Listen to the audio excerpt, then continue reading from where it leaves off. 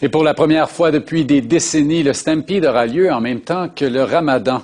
Une coïncidence qui risque de créer certaines difficultés. Sandra Gagnon nous explique pourquoi.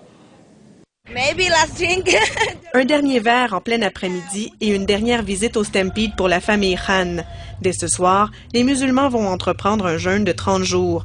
Du lever au coucher du soleil, ils vont s'abstenir de boire, manger, fumer et d'avoir des relations sexuelles. Un jeûne de 18 heures à cette période de l'année, pas facile pour les adultes, encore moins pour les enfants.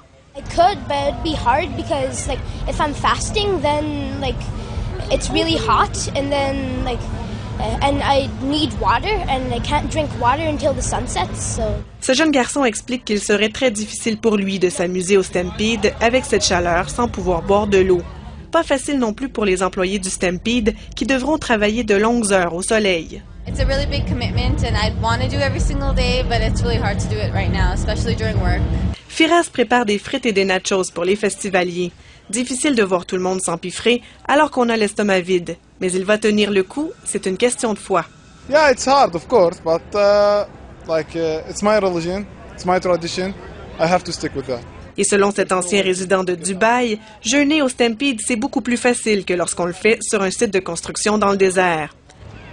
Dès demain soir, sachez par contre qu'il sera bien plus difficile d'obtenir un taxi après 22 heures. Près de la moitié des chauffeurs de taxi de la ville sont de confession musulmane. It will be hard to get a cab. Après 18 heures sans boire ni manger, il faut prendre le temps de bien rompre le jeûne pour refaire ses forces. La ville de Calgary a laissé savoir qu'il existe près du Stampede une salle de prière destinée uniquement aux chauffeurs de taxi. En raison du cycle lunaire, le Stampede va coïncider encore pour quelques années avec le Ramadan. Les travailleurs musulmans s'accommodent du fait qu'il n'y ait pas d'infrastructure, mais aimeraient bien bénéficier d'une salle de prière.